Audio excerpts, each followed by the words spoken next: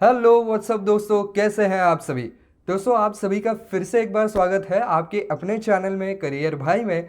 तो दोस्तों, आज हम बात कर रहे हैं कि एक मार्केटिंग ऑफिसर का अगर इंटरव्यू हो रहा है मार्केटिंग ऑफिसर के पोस्ट के लिए, तो कैंडिडेट से किस तरीके के सवाल पूछे जा सकते हैं और उन सवालों को पूछने के पीछे क्या उनका मकसद होता है और उसका एक आइडियल जवाब क्या होना चाहिए, इसके बारे में भी बात करेंगे। लेकिन दोस्तों, आगे बढ़ने से पहले अगर आपने इस चैनल को अब तक सब्सक्राइब नहीं किया है तो दोस्तों इंतजार किस बात का कर रहे हैं, आप फटाफट चैनल को सब्सक्राइब कर दीजिए। और साथ ही साथ दोस्तों, अगर आपको मार्केटिंग ऑफिसर से रिलेटेड और वीडियोस देखने हैं, जैसे कि इनकी जॉब रिस्पॉन्सिबिलिटी क्या होती है, ये लोग क्या करते हैं जॉब में, इसके अलावा इस पोजीशन पर बैठने के लिए आपके अंदर कौन से स्किल्स होने चाहिए, इनकी सैलरीज कितनी होती है, तो दोस्तों इन सभी सब्जेक्ट के ऊपर मैंने वीडियो बनाए हुए हैं। आप ऊपर आई बटन पे क्लिक करके उनको भी देख सकते हैं।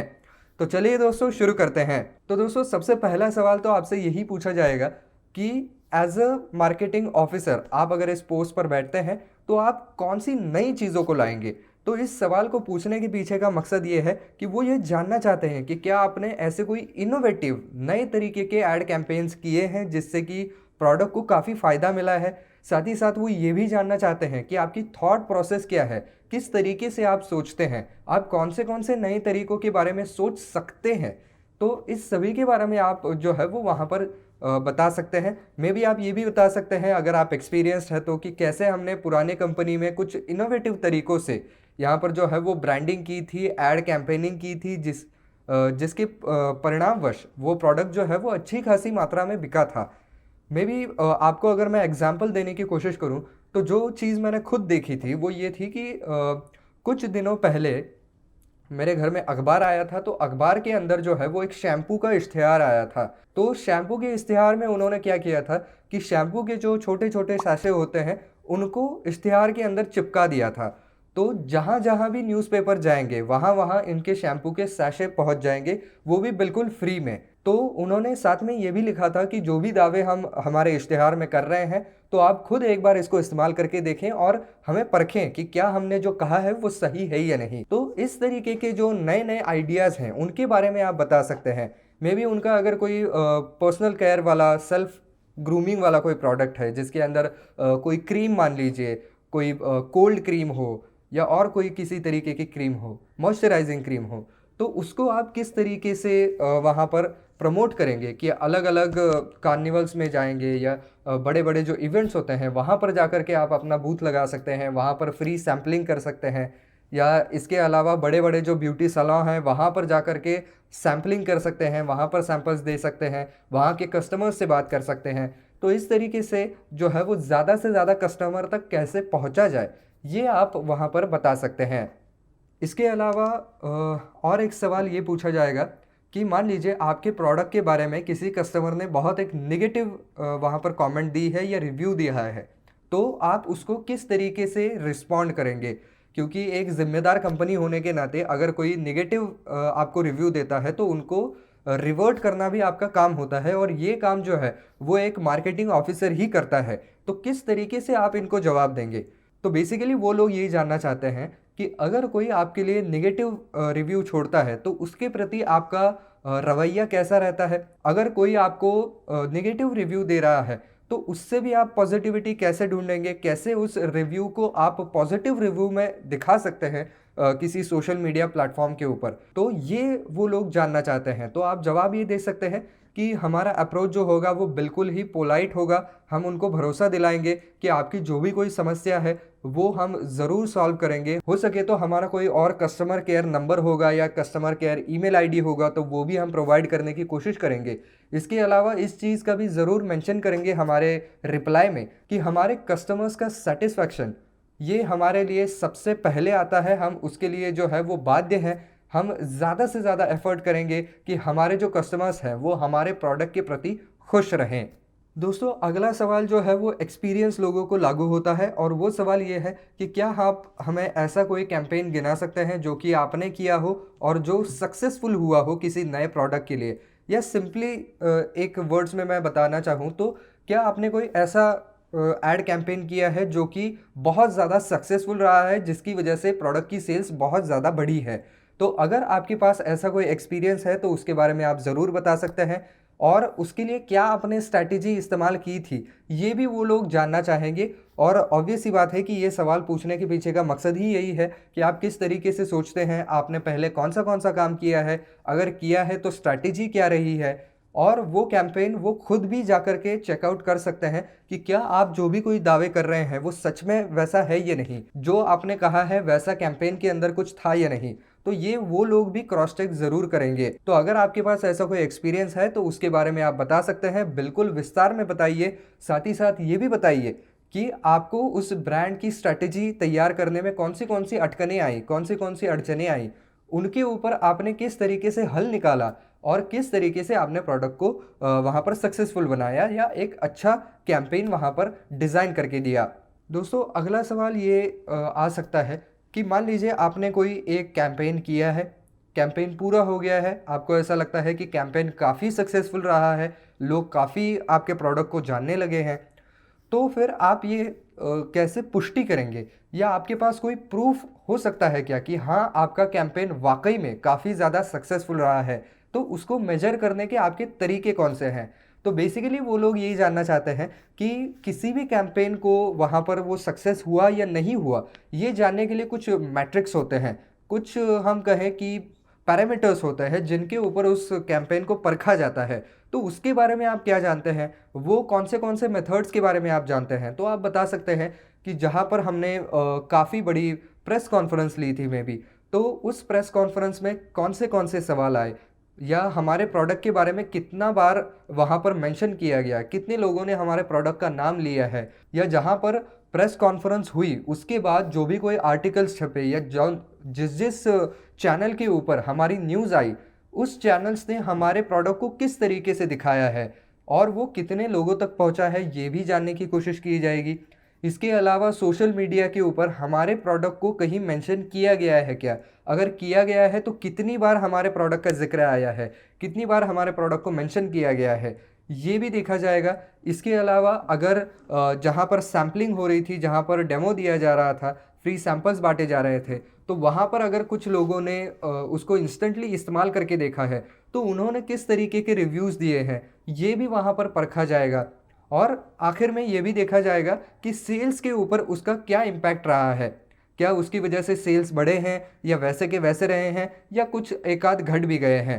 तो ये सारी चीज़ें अकाउंट में लेने के बाद, इन सभी चीज़ों को स्टडी करने के बाद आप किस तरीके से कैंपेन को सक्सेसफुल या अनसक्सेसफुल ठहराएंगे, इसके बारे में वो जानना चाहते हैं। तो ये सारी चीज़ें आप सामने रख सकते हैं।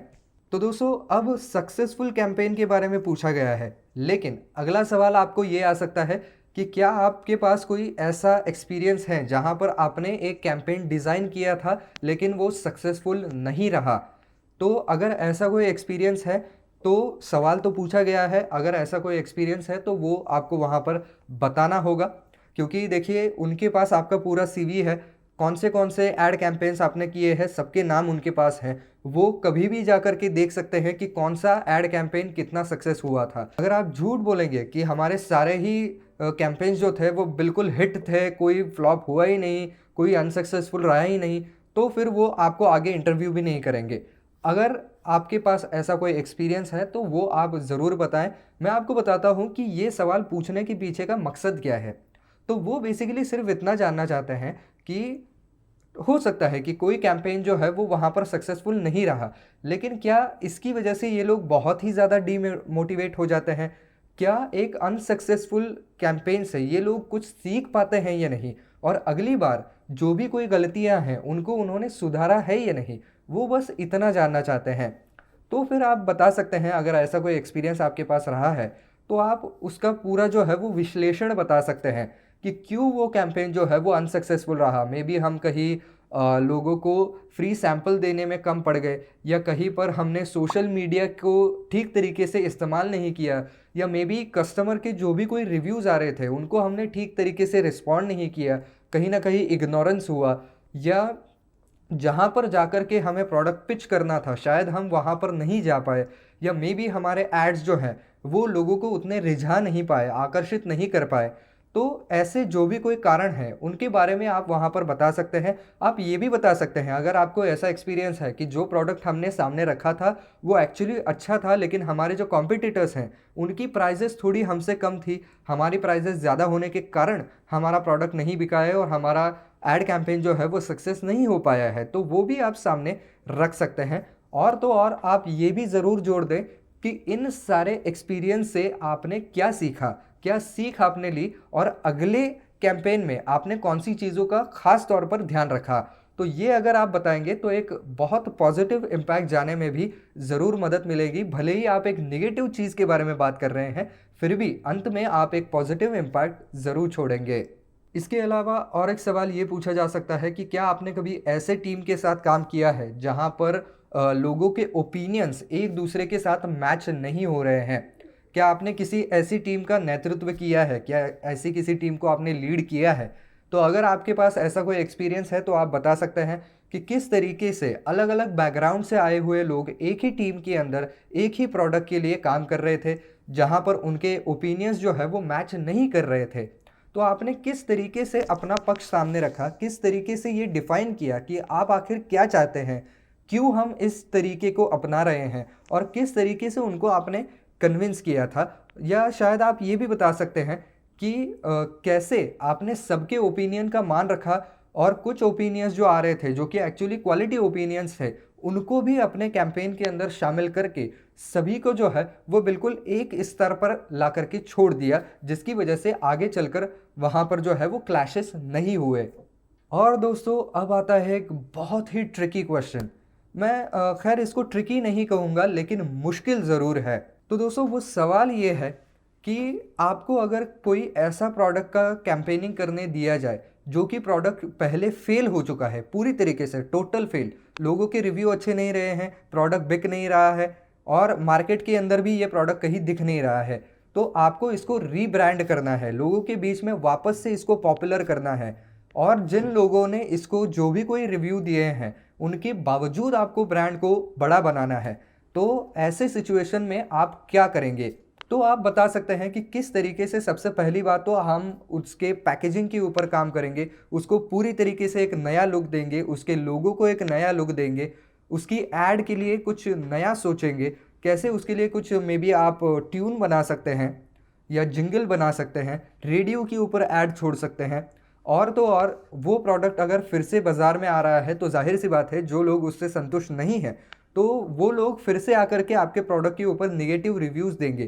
तो किस तरीके से आप कुछ गिने चुने लोगों को जिन्होंने नेगेटिव रिव्यूज़ दिए थे उनको ये सुधारित प्रोडक्ट भेजेंगे और उनको बस इतना कहेंगे कि ठीक है आपका नेगेटिव रिव्यू था, कोई बात नहीं, आप फिर से एक बार इस प्रोडक्ट को इस्तेमाल करके देखिए, हम हमारी तरफ से आपको दे रहे हैं और एक बार इसको आप जो है वो इस्तेमाल करके देखिए। अगर आपको वो प्रोडक्ट अच्छा लगा तो बस हमारे वेबसाइट के ऊपर कोई अच्छा रिव्यू ज़रूर छोड़ दें।